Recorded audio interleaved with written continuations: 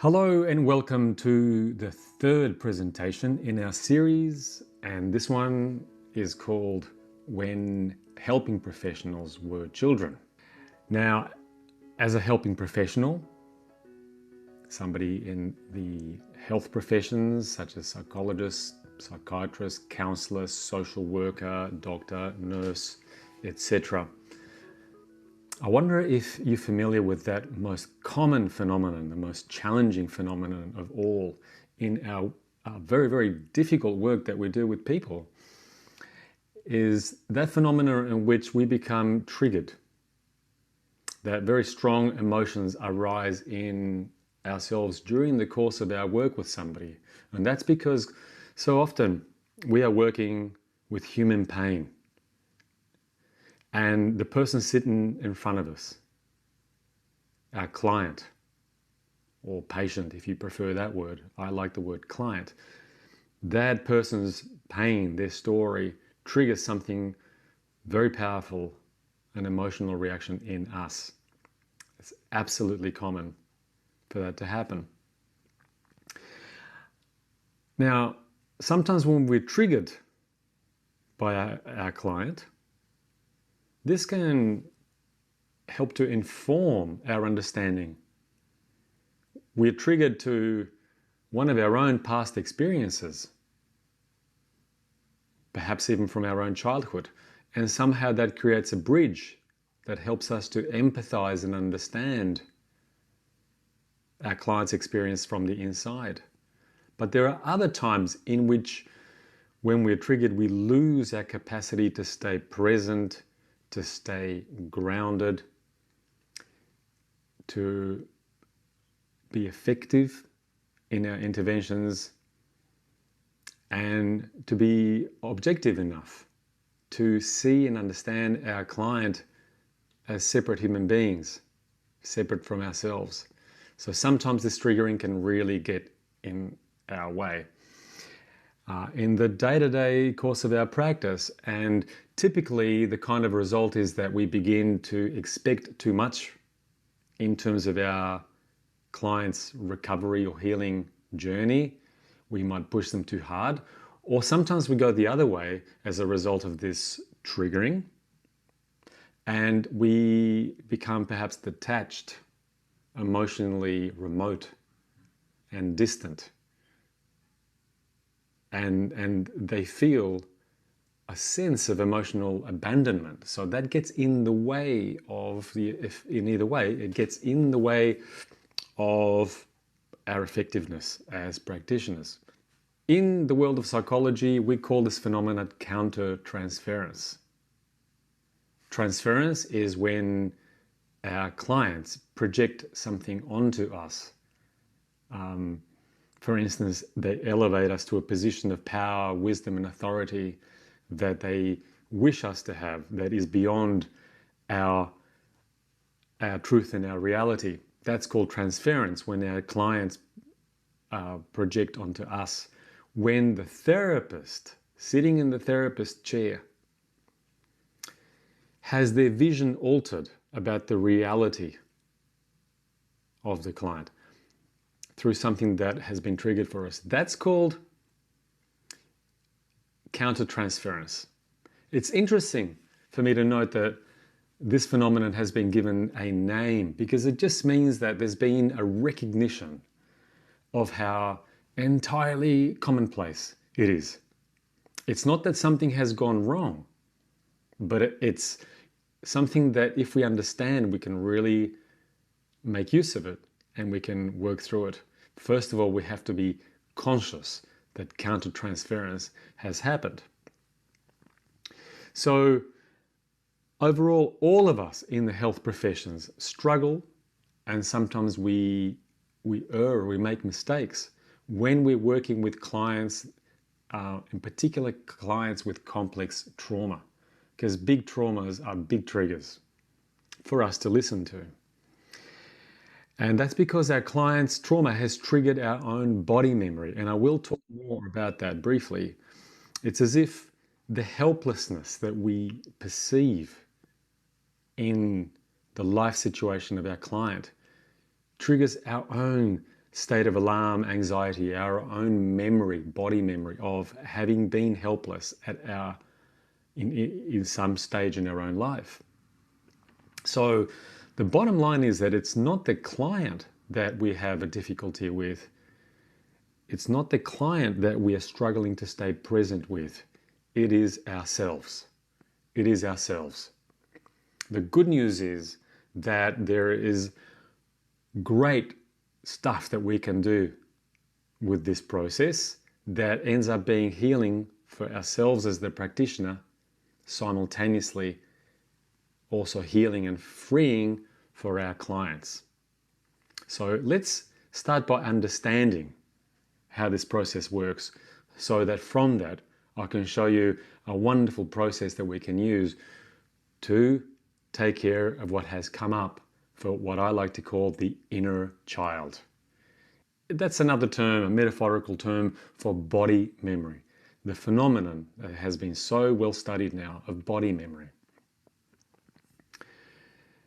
So, to summarize, when as practitioners we are triggered by our client's story, by our client's emotions, their behavior, their experience, what happens next is emotions come up from our own past.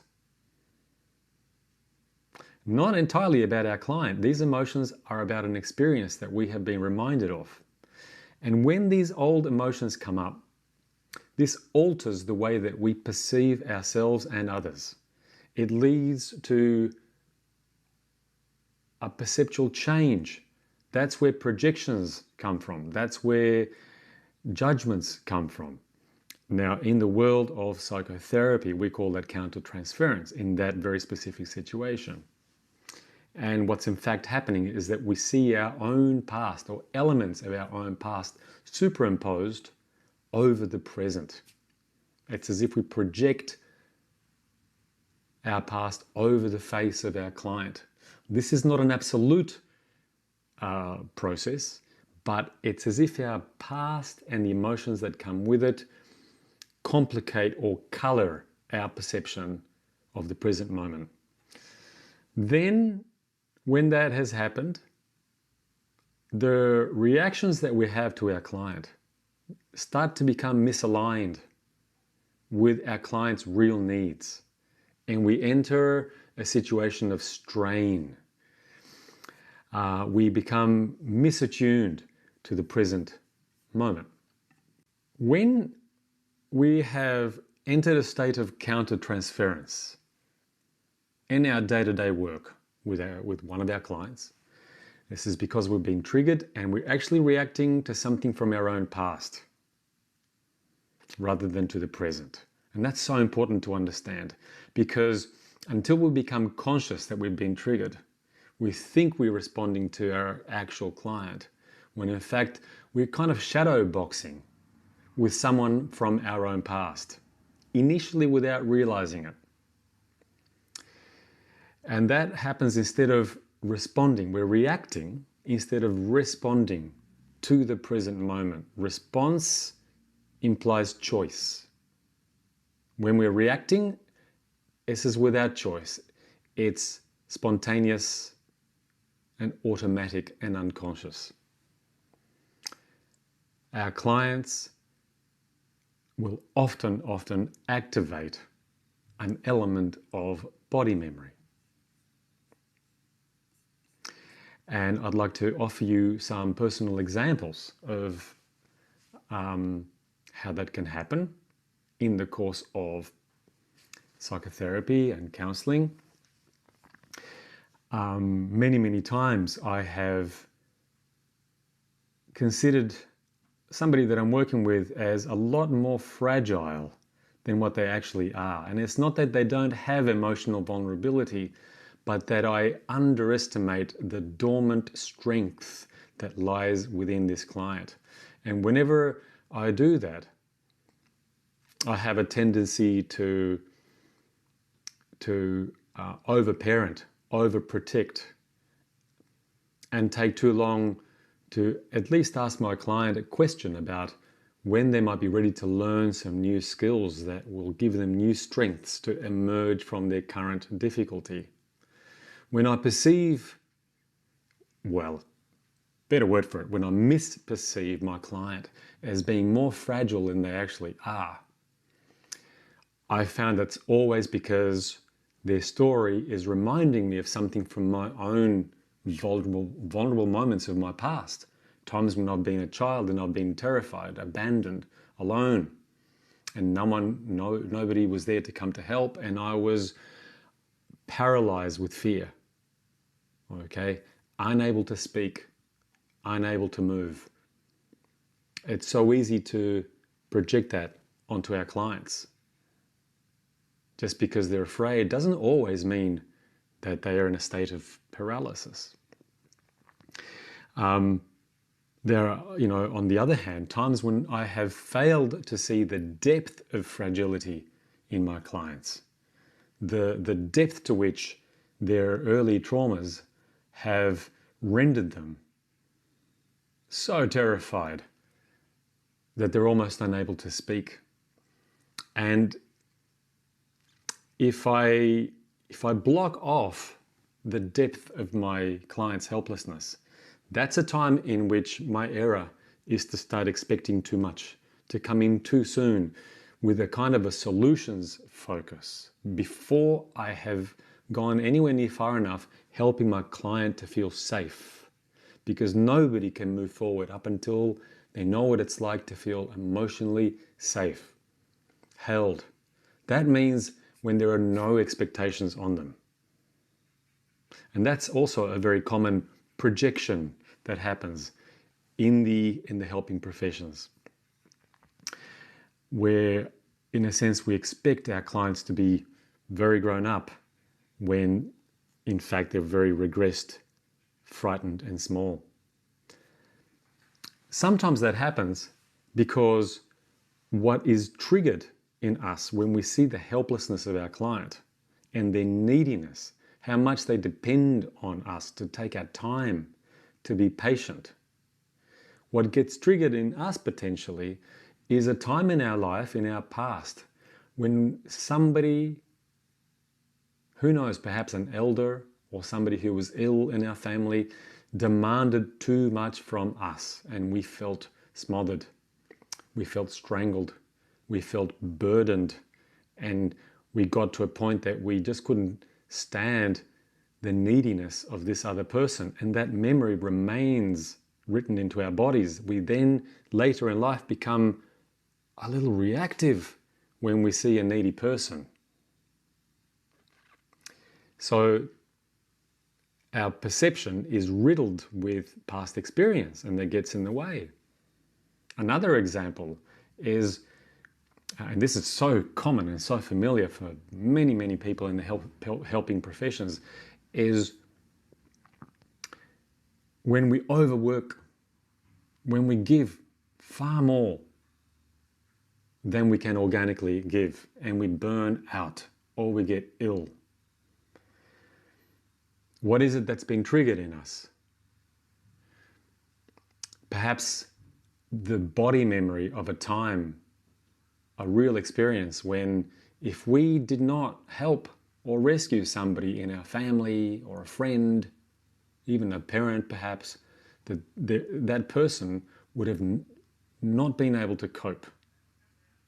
And in our panic, we overdid it in order to survive the moment. Those body memories remain, they come back. And sometimes the pain of our client triggers us into feeling almost guilty. If we don't overextend, we fear that our client will fall to pieces. We forget, in that state of triggeredness, we forget perhaps to reach out, to include other practitioners, to seek the help of a team, or even to trust that our client will grow in strength in time. That's a very common experience. Most common of all is the state of helplessness that we feel inside when we see the helplessness of our client. They bring us to remembering some of the most helpless times in our own lives, even when we were babies perhaps. Or when we were experiencing something formidably frightening, or a moment of just overwhelm in our personal history. And then we become so uncomfortable. And it's not with our client that we're uncomfortable. We are uncomfortable with our own memory.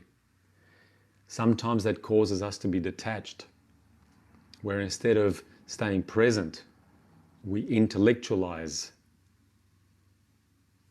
the conversation with our client, or we push them too hard, or we appear removed, remote, perhaps even uncaring, because we're afraid of getting too close to our client's story. And again, it's not our client, it is us. It is us that we are struggling with.